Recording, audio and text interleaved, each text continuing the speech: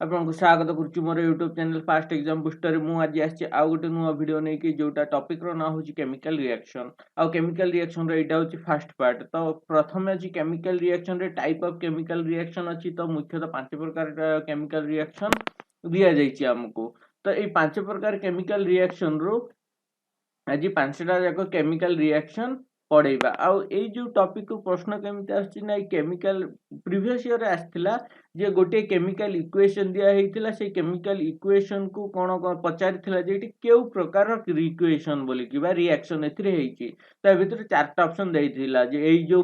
पांचटा option अछि combination reaction, decomposition reaction, displacement reaction, double displacement reaction और combustion reaction. एई display एई चारटा reaction एई पांचटा reaction रो चारटा reaction option रे देइथिला पचारिथिला जे तळे दिया जाइथिबा equation टा केउ प्रकार रिएक्शन। तो सबुठु इजी प्रश्न थिला या भितरु। आउ गोटे जो प्रश्न आसिथिला आ प्रश्न आसे सब बेले जोटा एटा तो गोटे जनरल गोटे इजी प्रश्न पळे आसिथिला। आउ गोटे जो प्रश्न आसे ऑक्सीडेशन रु जो ऑक्सीडेशन नंबर पचारे तो सेटा होउची सेकंड पार्ट रे मु सेटा आनिबी जो ऑक्सीडेशन नंबर कोन रिडक्स रिएक्शन कोन आ ऑक्सीडेशन नंबर केमति कैलकुलेशन करा जाय सेटा आसीबो सेकंड पार्ट रे। तो सेइथि पई एई जो पांचटा रिएक्शन अपन टाइप ऑफ केमिकल रिएक्शन रे एटा अछि। तो एटा जी मु पढेई दउची देखंतु। प्रथमे देखंतु केमिकल रिएक्शन कोन कह जाउची यार शॉर्ट इंट्रोडक्शन दिया जाइची कोन ना गोटे केमिकल रिएक्शन होउची कोन ना तार गोटे थिबो कोन गोटे रिएक्टेंट थिबो आ गोटे सेटा रिएक्शन है कि गोटे प्रोडक्ट बाहरिबो। तो एटा होउची दुई प्रकार केमिकल रिएक्शन होबो बा गोटे केमिकल ब्रेक डाउन होई कि प्रोडक्ट रे परिणत होबो एई सब एटा होउची कोन ना केमिकल रिएक्शन। तो एबे देखंतु कोन लिखा है chemical reaction is a process in which one or more substance also called reactant बाले गोटे बाद गोटे रु अधिक कोन सब्सटेंस को कोन कुआ जाउची रिएक्टेंट कुआ जाउची। एबे देखंतु जोटा डिकम्पोजिशन रिएक्शन से डिकम्पोजिशन रिएक्शन रे कोन गोटे सब्सटेंस ही रिएक्टेंट रे रहि जाय ठीक अछि सेति पई ऑन कुआ जाइची। आ मोर बोले जोटी एक रु अधिक रिएक्टेंट थाउची are converted to on or more different substance आ कन्वर्टेड देखो एक रु अधिक डिफरेंट सब्सटेंस रे एबे देखंतु कॉम्बिनेशन रे रिएक्शन करे कोन दुई बा दुई रु अधिक कोन सब्सटेंस मिसी गोटे गोटे सब्सटेंस को केबा केमिकल को तयारी करे सेति भाई कोन जे एक बा एक रु अधिक सब्सटेंस प्रोडक्ट रे आसे तो नोन एज प्रोडक्ट से प्रोडक्ट रे आसे। तो एटा होची साधारण गोटे केमिकल रिएक्शन रो गोटे इंट्रोडक्शन। नेक्स्ट देखंतु a chemical reaction rearrange the constituent atom of the reactants to create different substance or product. ए जो केमिकल रिएक्शन कोन है जो एटम्स गुडा को थाई से केमिकल रिएक्शन रे प्रोडक्ट्स रिएक्टेंट साइड रे से रिएक्टेंट गुडा साइड रो एटम गुडा को अगेन कोन होई थाए रीअरेंज होई कि नुआ प्रोडक्ट बा नुआ केमिकल सृष्टि करि थाए। एटा होची केमिकल रिएक्शन रो मुख्य काम जे कोन ना गोटे प्रकार जिंस कंबाइन हे कि सेही एटम गुडा को मिसी गोटे नुआ प्रकार जिंस सृष्टि करबा एटा होची केमिकल रिएक्शन। आ केमिकल रिएक्शन मुख्यतः केते प्रकार पांच प्रकार अछि आपन को बही रे गोटे अछि combination reaction, decomposition reaction, displacement reaction, double displacement reaction, combustion reaction. तो एई पांचटा रिएक्शन रो प्रथमे देखंतु कॉम्बिनेशन रिएक्शन कोन देखंतु जो रिएक्शन रे दुई बा दुई रो अधिक सब्सटेंस मिसी गोटे प्रकार सब्सटेंस तयारी करबा बा गोटे प्रकार कंपाउंड तयारी करबा ताको ही कॉम्बिनेशन रिएक्शन कुआ जीवो। एबे देखंतु a reaction in which a single product is form from two or more reactant is known as combination reaction. एमती गोटे रिएक्शन जेथिरे कॉम्बिनेशन माने कंबाइन होबा मिसी जीवा एमती गोटे रिएक्शन जोथिरे कि दुई बा तहिरो अधिक सब्सटेंस गुडा कोन मिसी गोटे सब्सटेंस तयारी फॉर्म हुए प्रोडक्ट बाहर गोटे सब्सटेंस ताकू कुआ जाउची कॉम्बिनेशन रिएक्शन। एबे गोटे एग्जांपल देखंतु कोन calcium oxide reacts vigorously with water to produce slake lime। कोन होची ने कैल्शियम ऑक्साइड सीए कोन ना वाटर सहित भिगियसली माने भयंकर भाव रिएक्शन करी से कोन प्रस्तुत करे ना स्लेक लाइम प्रस्तुत करे। ए स्लेक लाइम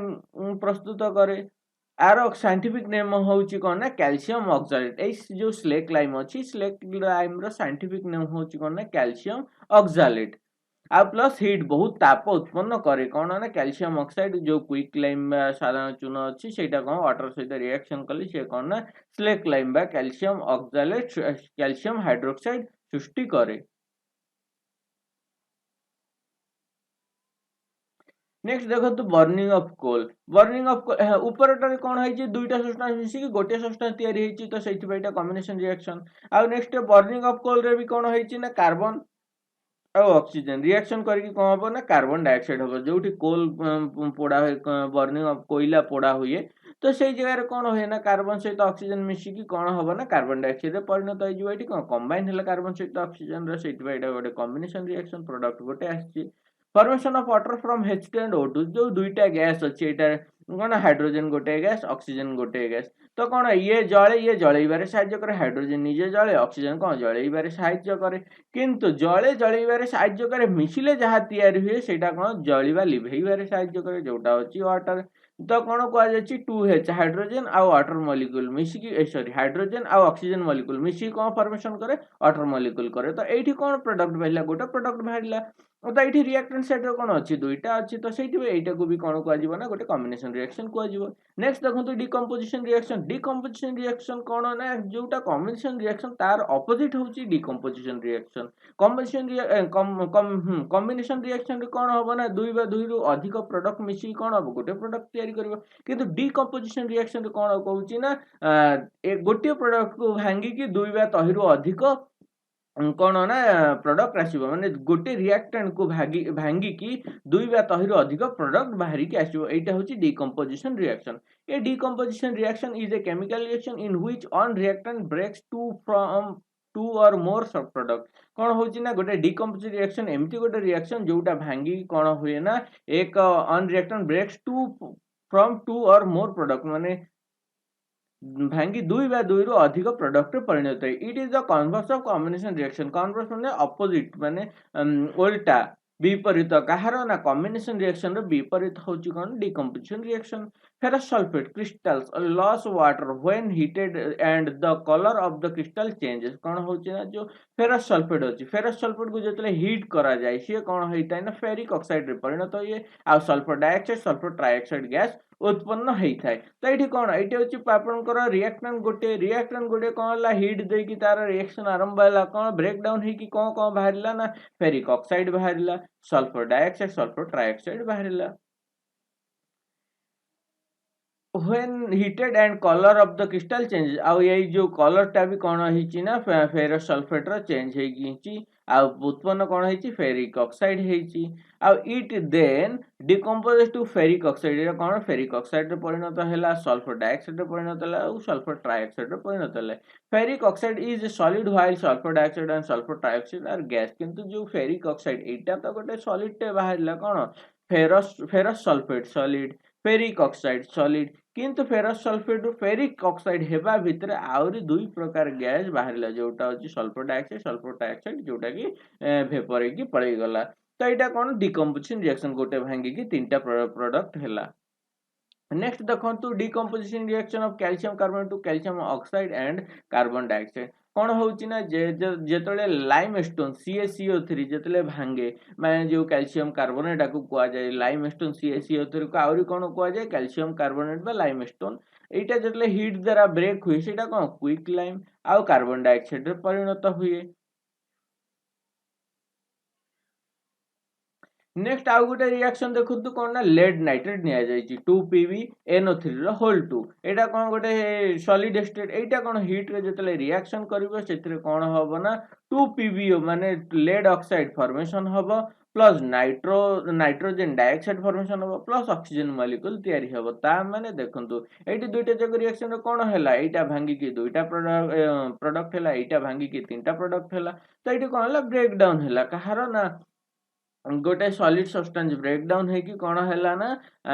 गोटे हार्ड सॉरी दुई रु अधिक प्रोडक्ट परिणत होउची नेक्स्ट देखो you will see that white silver chloride turns grey in sunlight कौन होउची ना आपण आउरी देखि परिबे देखुचंती कौन ना जे व्हाइट सिल्वर कौन हुए ना कोठी रे गोटे सूर्य किरण रे ग्रे रे परिणत हुए काहे कि ना this is due to the decomposition of silver chloride into silver and chlorine by light एटा कौन व्हाइट सिल्वर कौन हुए ना आपनकर टिके ग्रे हो जाए कहीं ना सनलाइट पड़े कौन सिल्वर आउ क्लोरीन अलग हो जाए से कौन है ना white silver AgCl white silver colour change होगी ग्रे हो जाए एबे देखंतु एटी सबुथिरे देखंतु हीट व्यवहार होईची हीट व्यवहार होईची हीट सनलाइट ए सब व्यवहार होईची तो एटा कुहा जाउची जे एठी भी गोटे रिएक्शन अछि सनलाइट व्यवहार होची एटा कुहा जाए जे जो एवं डिकम्पोजिशन रिएक्शन अच्छी डिकम्पोजिशन रिएक्शन हेबा पाई आपन को हीट लाइट आउ नले इलेक्ट्रिसिटी जहाँ भी किसी एक्स्ट्रा एनर्जी दरकार पड़े यही डिकम्पोजिशन रिएक्शन फुलफिल हेबा पाई एठी देखंतु silver bromide also behave in the same silver bromide कोन हेची ना एठी एजी बीआर सिल्वर ब्रोमाइड ये सनलाइट आसिकी सिल्वर आउ ब्रोमाइड अलगा हेई जाईची तो एटा भी कोन होची ना सनलाइट रो प्रेजेंस रे हेची सनलाइट लाइट बा इलेक्ट्रिसिटी ए सब हीट लाइट बा इलेक्ट्रिसिटी द्वारा ए सब हेई थाए we have seen that the decomposition reactions require energy either in the form of heat light or electricity for breaking down the reactant reaction in which energy is absorbed are known as endothermic reaction एबे देखंतु साधारण decomposition reaction कौन ना energy observe होता है तो ये observe होता रिएक्शन को कौन ना एंडोथर्मिक रिएक्शन कहा जाए किंतु जो कॉम्बिनेशन रिएक्शन होता है से कॉम्बिनेशन रिएक्शन रे कौन ना किसी एनर्जी रिलीज होता है तो सेठिबाई साधारणतः कॉम्बिनेशन रिएक्शन एक्सोथर्मिक रिएक्शन भी कहा जाए जो रिएक्शन रे हीट रो आवश्यक पड़ी थाए ताकू एंडोथर्मिक रिएक्शन कहा जाए जो रिएक्शन रे हीट इवॉल्व होता है ताकू सॉरी जो रिएक्शन रे हीट एनर्जी बाहरी थाए ताकू एक्सोथर्मिक कहा जाए जाउथिरे हीट यूज होता है ताकू एंडोथर्मिक रिएक्शन कहा जाए नेक्स्ट देखंतु डिस्प्लेसमेंट रिएक्शन कोन जेतले गोटे सब्सटेंस रो माने जदि रिएक्टेंट साइड रे दुईटा प्रोडक्ट अछि तो गोटे प्रोडक्ट आउ गोटे प्रोडक्ट रो गोटे एटम को रिप्लेस करिकि से निजे आसी की बसी पड़िबो सेटा होची डिस्प्लेसमेंट रिएक्शन माने से गोटे स्थान को छाडी कि आउ गोटे स्थान को जाई की बसिबो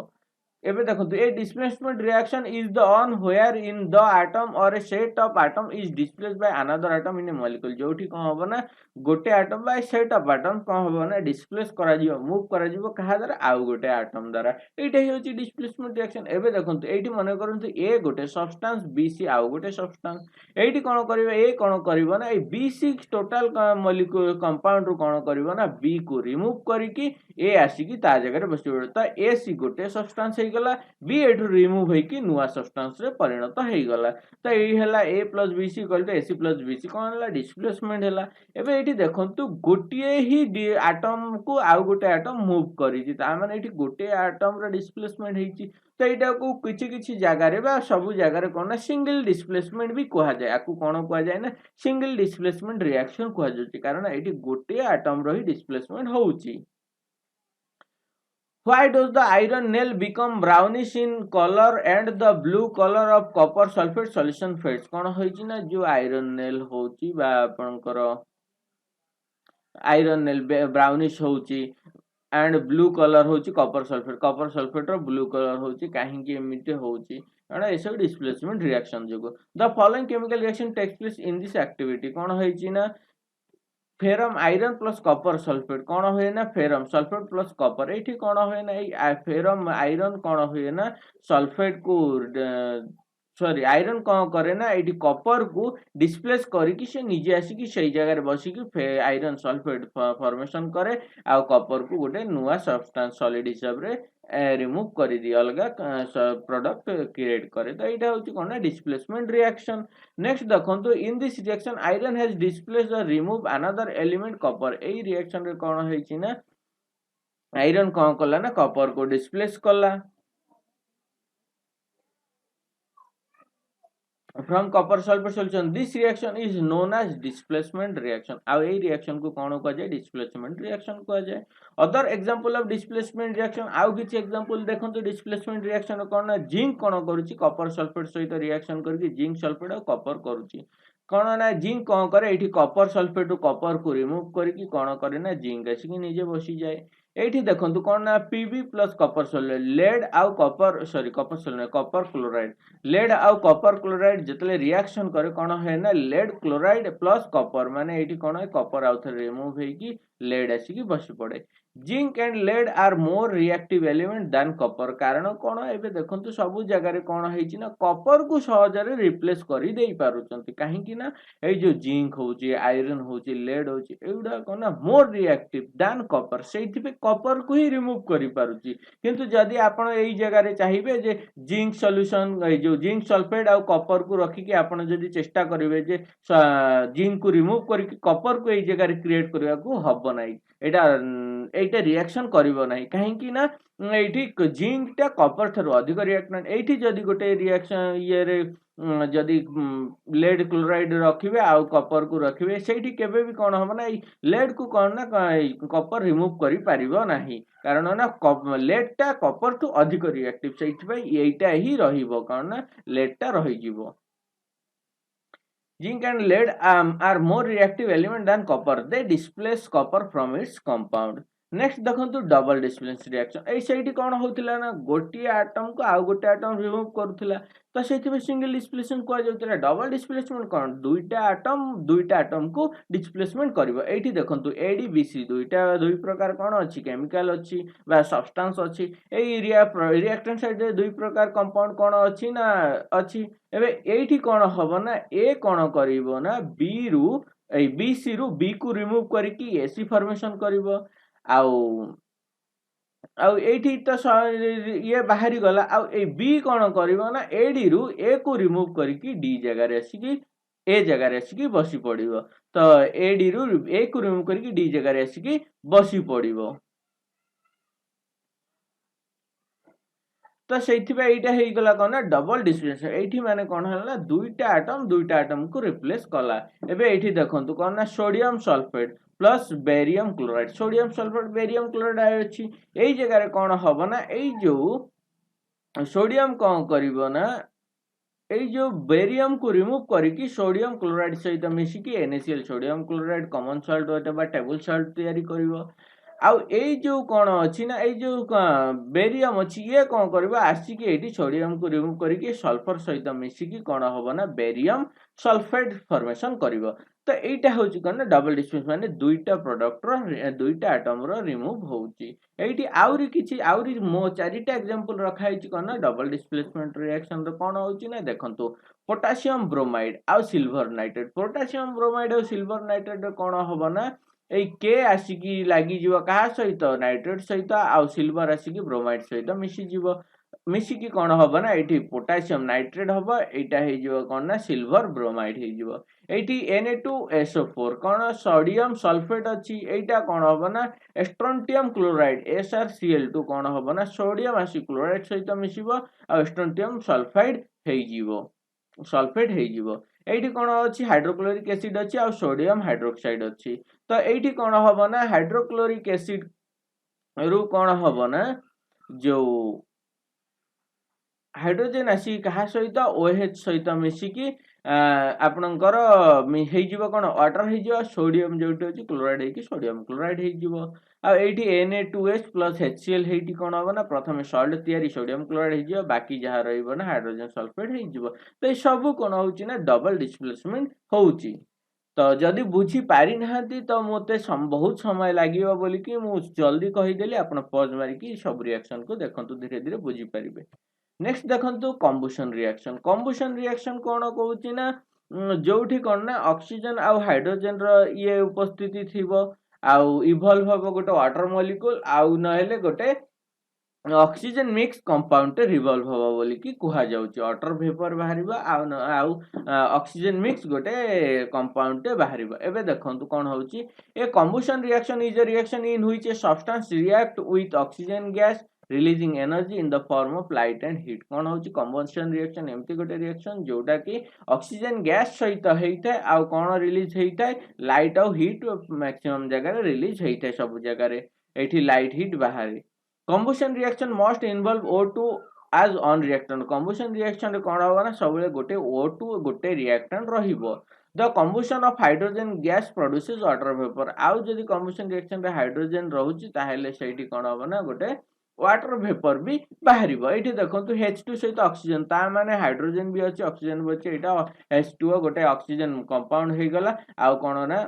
एथिरे वाटर वेपर भी एटा हे गला नेक्स्ट देखंतु C3H8 प्रोपेन प्रोपेन सहित पांचटा ऑक्सीजन मॉलिक्यूल मिसी कोन तीनटा कार्बन डाइऑक्साइड हैला चारटा वाटर मॉलिक्यूल हैला एठी कोन ऑक्सीजन मिसिला हाइड्रोजन अछि एठी ऑक्सीजन थिबारो एटा कोन ऑक्सीजन